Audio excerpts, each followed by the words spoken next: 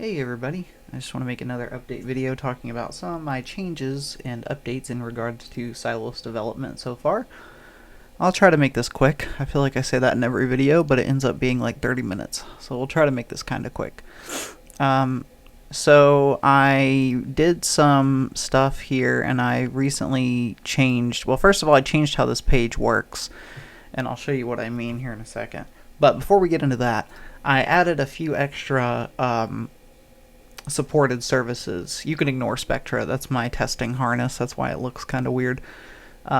Basically just ignore this, but this, all the rest of it, these are what most people are going to see, almost everybody, so and maybe more by the time I release it. But right now we support all of the following services.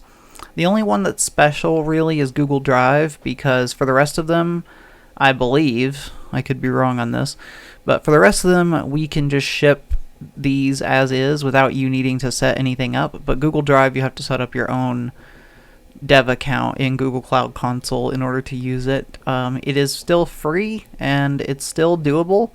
In fact, I created an entire article on how to do this on the wiki page. If you go to my website, you can see the Codeberg page, and oh, apparently I have complete changes. Okay, whatever. Anyway, we'll read that later. I forgot they made that change. That's kind of interesting. Okay, so anyway, but if you look at this, you can see, if you go to the main repository, you can see I created an article about how to do this. I also created a YouTube video about it if you want to watch it in a video form, and I think I linked it in the... Yeah, it should be more embedded, but whatever. It's here if you want to see it. You might blink and miss it.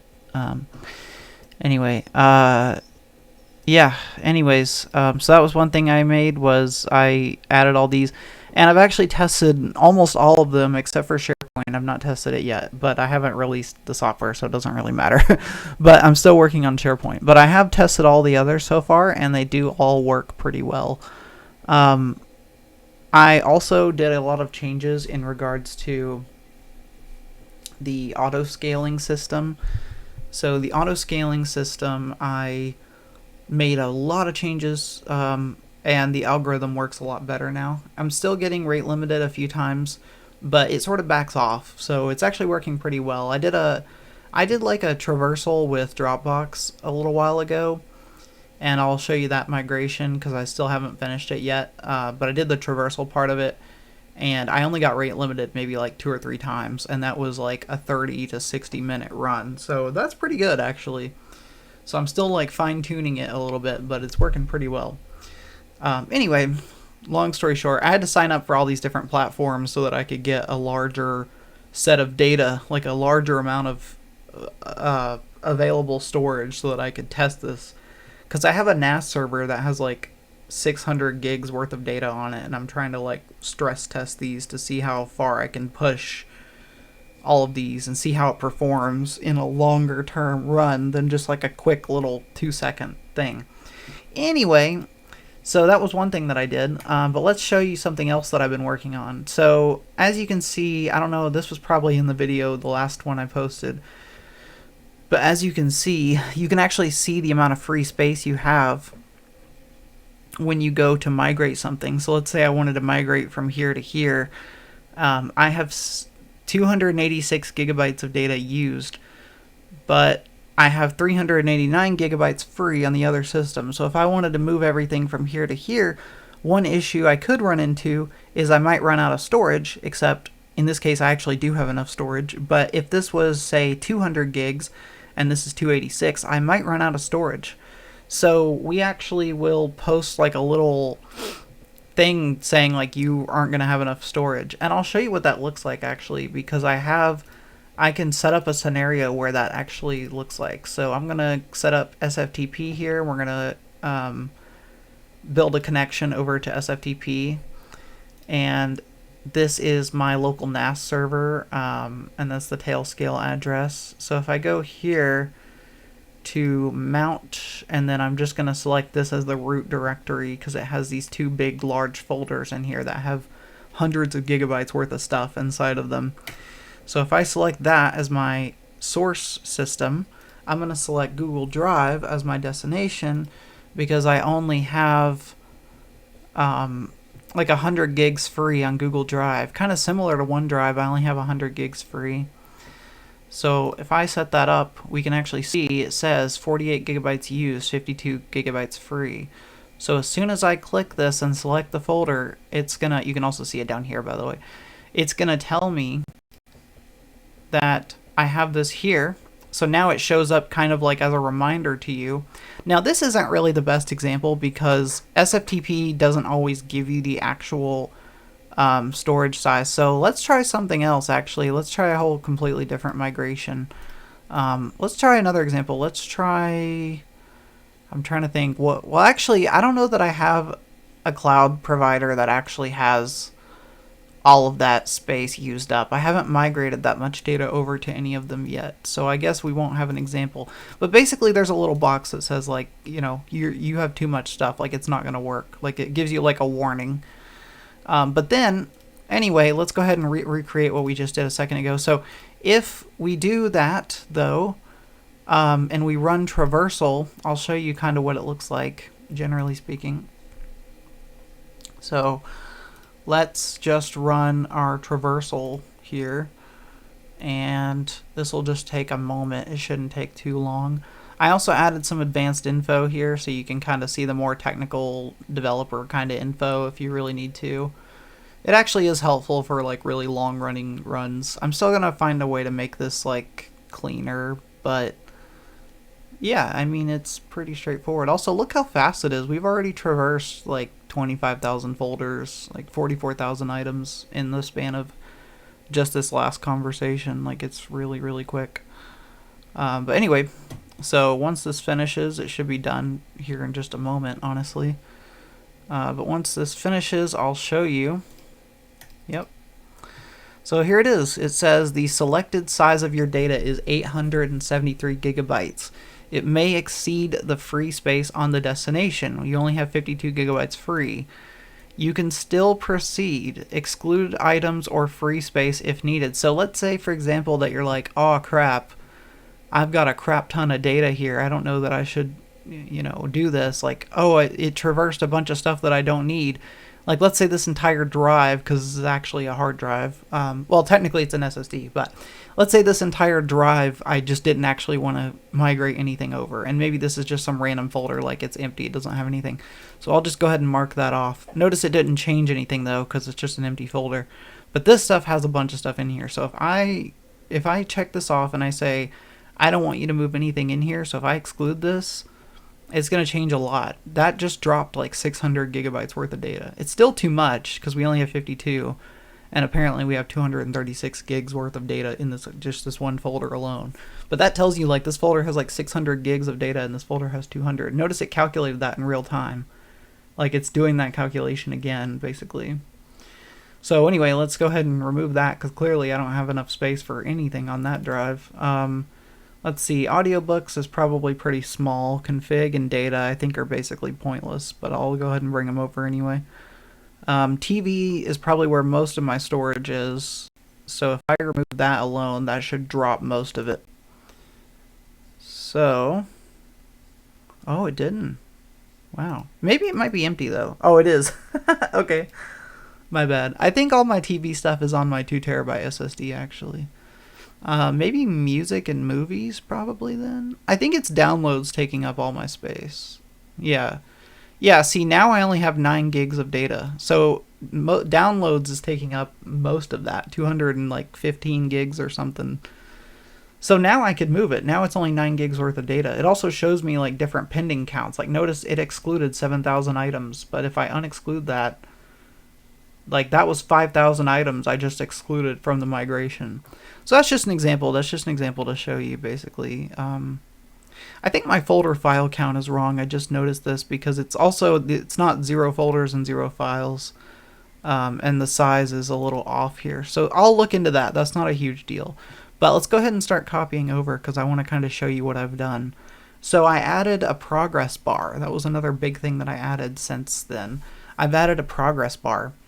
So now it'll actually show you the total amount of items that you're going to be moving, and it will show you the total amount of gigabytes, and this updates based on what you selected in the last thing.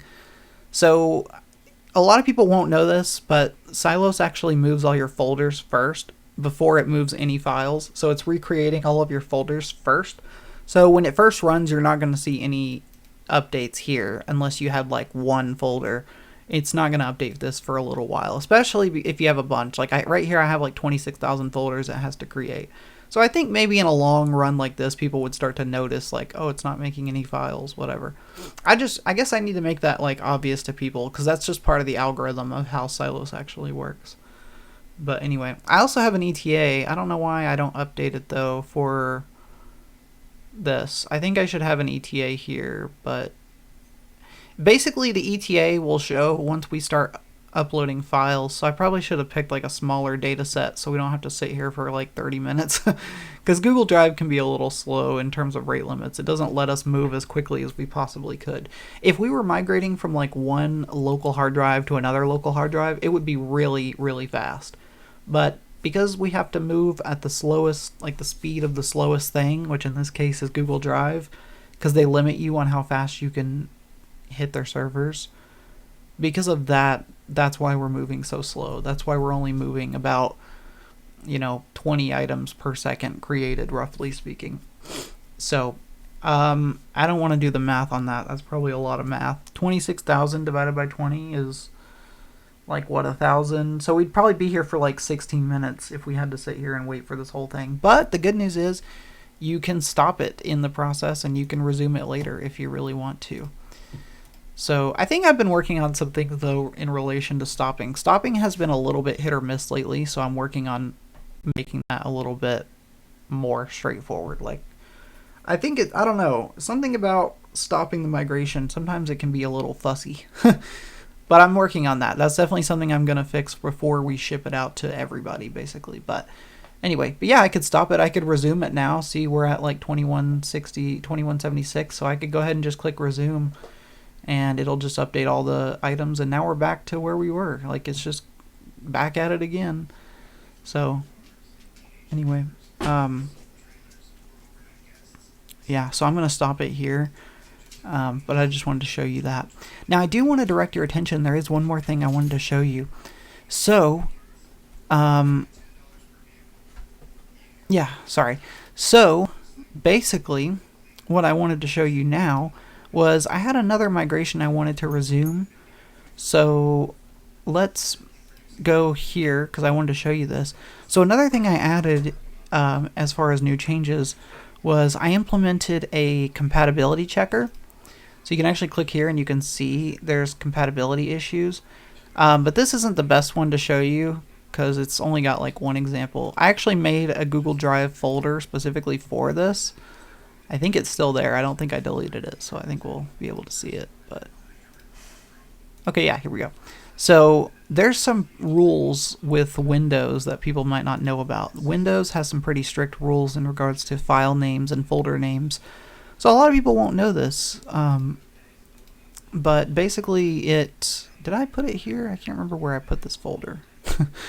I'm sorry, I'm drawing a blank right now. I'm trying to remember where I put this folder. I guess it doesn't matter what folder I select. Oh well, we'll just say testing GPL output. Sure.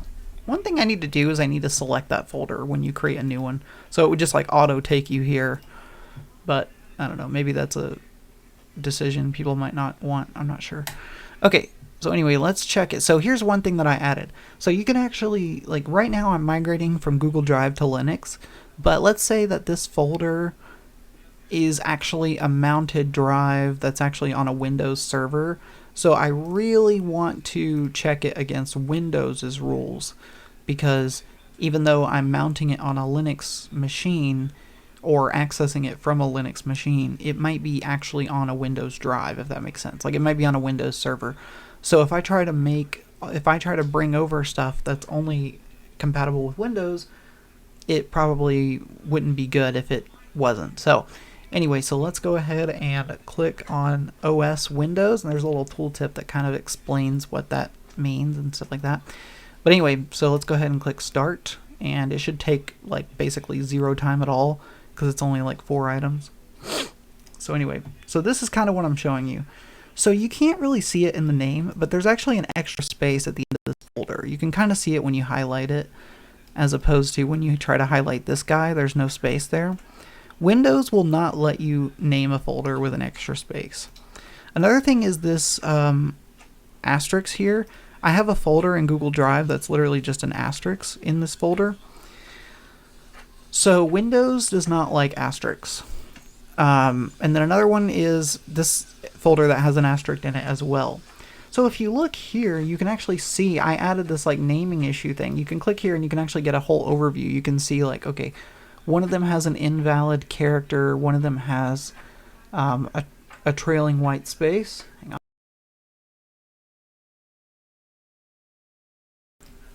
Sorry about that.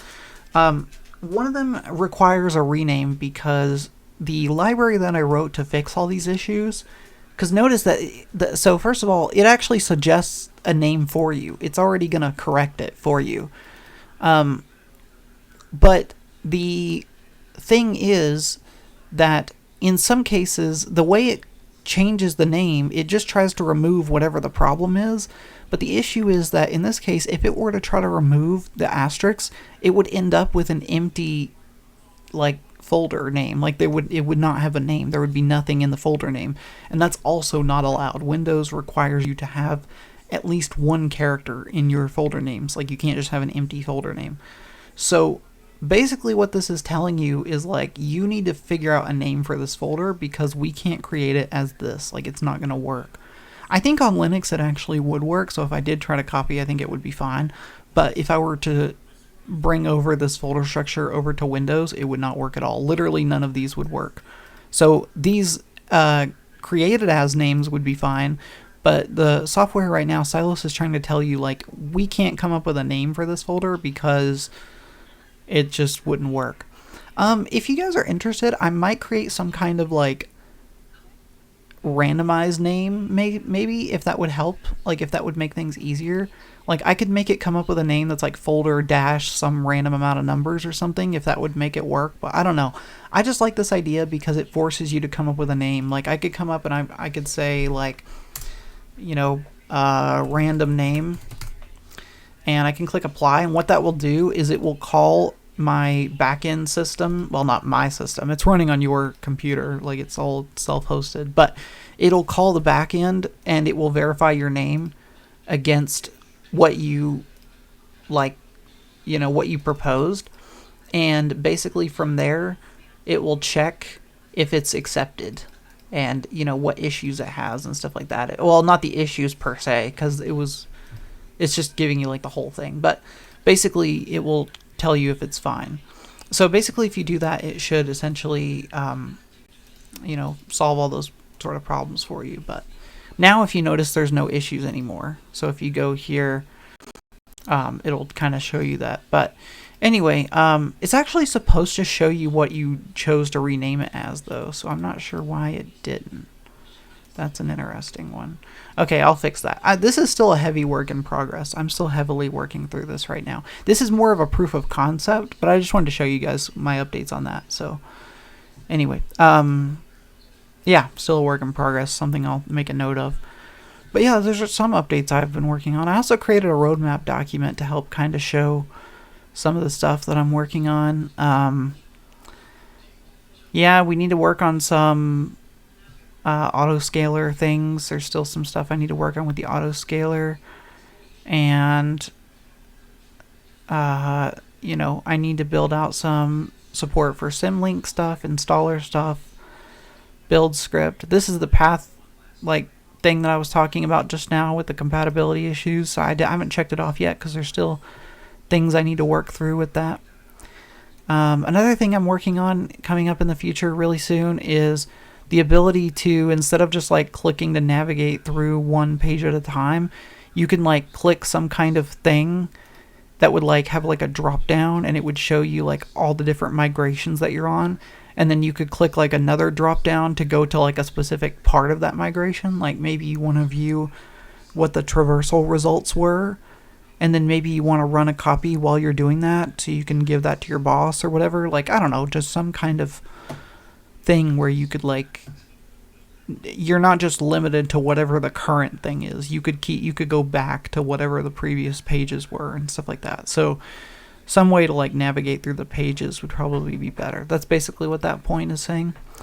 And the other thing is a filter rules engine. So, you know, having the ability to, when you start a migration, having the ability to say like, okay, I want to start a migration. I want to move from, I don't know, let's say this hard drive to this hard drive. Oh, I think that's like a weird drive. I think it's like having problems there because it's a weird drive. It's not like a fully mounted drive or something.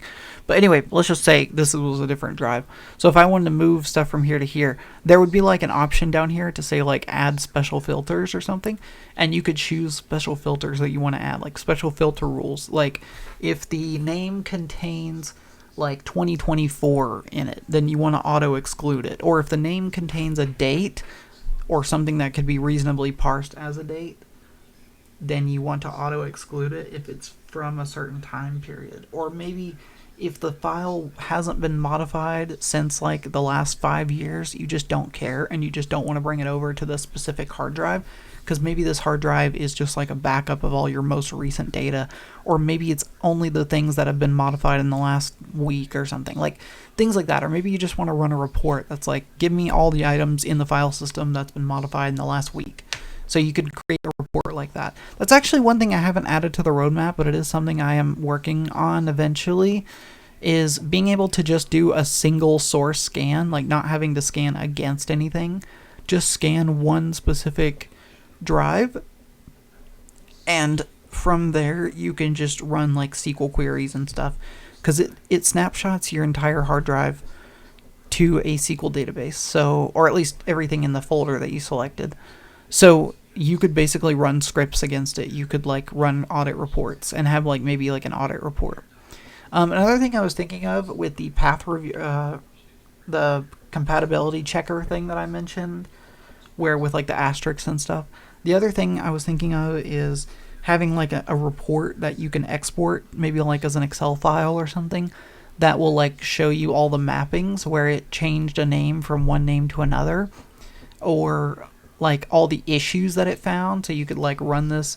And then another thing that I was thinking of, just to kind of piggyback off that idea, just in general, is having like automated hooks. So maybe like when you go to start a migration or something, there's like going to be a button down here, like an option down here where you can say like, do this every week or like every day or every hour at whatever time. Like you could set a recurring schedule, and it would just like, as long as you leave the software running 24/7, maybe not the whole UI, but maybe like the back-end process, it could like run the migration or whatever the thing is that you're doing like over and over. And then we could add like automation plugins and things, like automatically send an email to you with the reported data or something like that. I don't know, maybe send an uptime alert or something. Like there's a lot of potential there. So I think there's a lot of potential for add-ons, but that's kind of all like later-ish stuff, because you know, I'm only one guy. I can only build all this stuff, you know, to an extent. Like, I can't build everything, you know, immediately, right? So,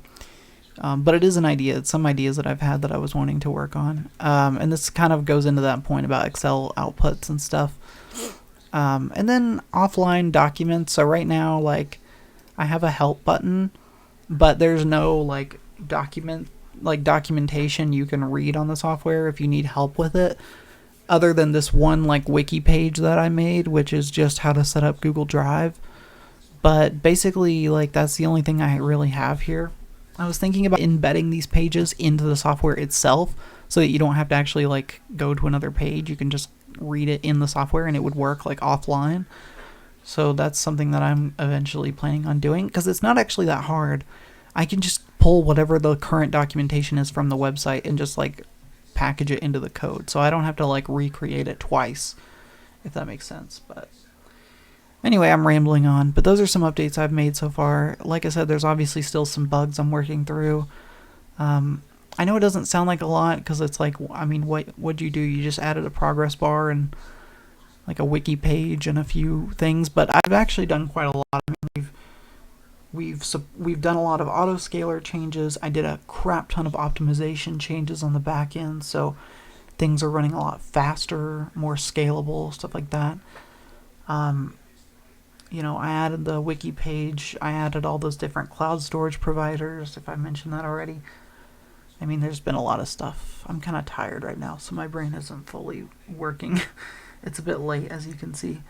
But yeah, I've just been busy. I got a part-time job while I'm working through unemployment and stuff with other things in my life, but I won't go too deep into that. But I've just been kind of busy, so it's been kind of hard to work on this project a lot, but I've been trying to work through it.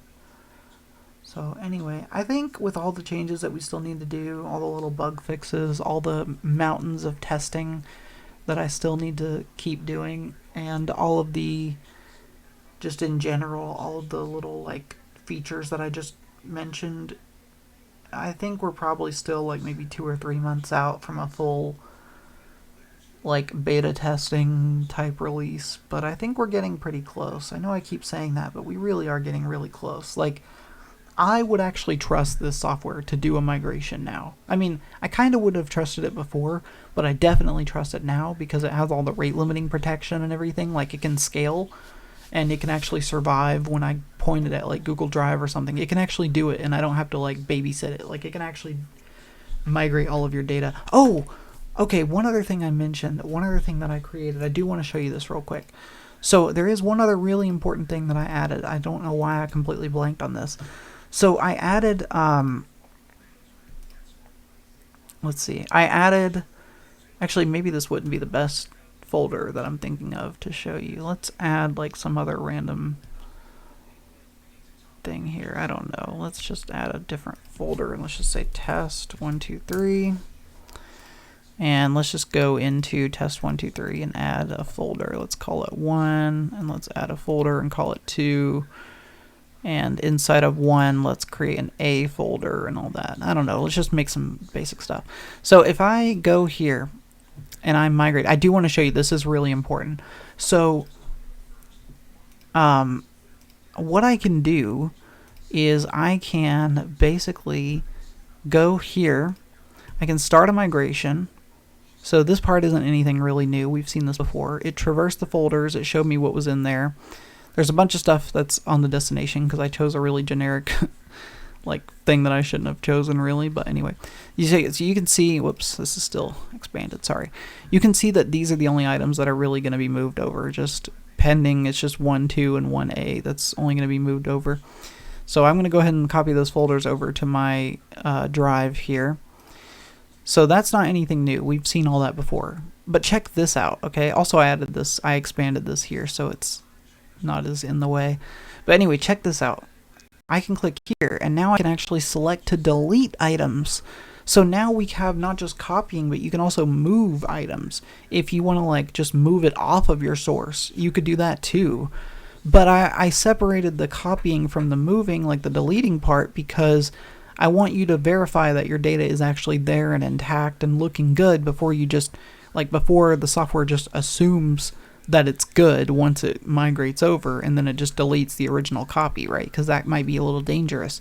So I added a deletion workflow where you can actually go through and it'll only really show like what needs to be deleted basically. So I added a deletion workflow. So now you can go in, you could say, oh, this folder is actually pretty sensitive. I don't want you to delete it from the source. So then you could kind of, go from there. So now it's going to keep folder 1 and folder 2, but it's not going to delete, it's going to delete folder 1. I did that backwards. It's going to delete folder 1 and it's going to delete folder A just by default. But like it's not going to delete 2. So if I go over here and I click on that, it kind of told you that. I just sort of went really fast on that. But if I go there, now you can see like this item is deleted now and this item still exists. So if I go to Google Drive for a moment, I can show you this super quick. I'll try to be kind of quick about this. So if I go to Google Drive for a moment, you can actually see that folder 2 is now deleted from Google Drive. And that shows. But if I go to my home folder here you can see that we do have it here because we copied it over, if you remember. So anyway, one bug that I just noticed is that it didn't actually exclude all the parent child items when I selected it. So I'll work on that. But anyway, yeah, that's some updates I've been working on. So I added the delete mode. I've done a lot of testing on that in terms of the migration engine, making sure all that works. So yeah, I don't know. It's a lot of stuff. There's a lot of stuff to say. I've done a lot of stuff in the last, like, 2 to 4 weeks, however long it's been since the last update. But I'm a little busy now. I've got work and stuff that I have to juggle, and plus applying to other jobs and interviewing and all that. I've got a lot of stuff going on. Family's having some financial trouble and things, and I'm not doing that well myself, so I don't really have a lot of time to be able to work on this project as much as I would like, but I'm slowly working towards it, slowly getting it done. So anyway, just some updates there. Anyway, I'm going to shut up now. I hope you guys appreciated my updates. I will keep you guys updated on some more stuff. So I hope you guys have a good rest of your day, and take care. Bye.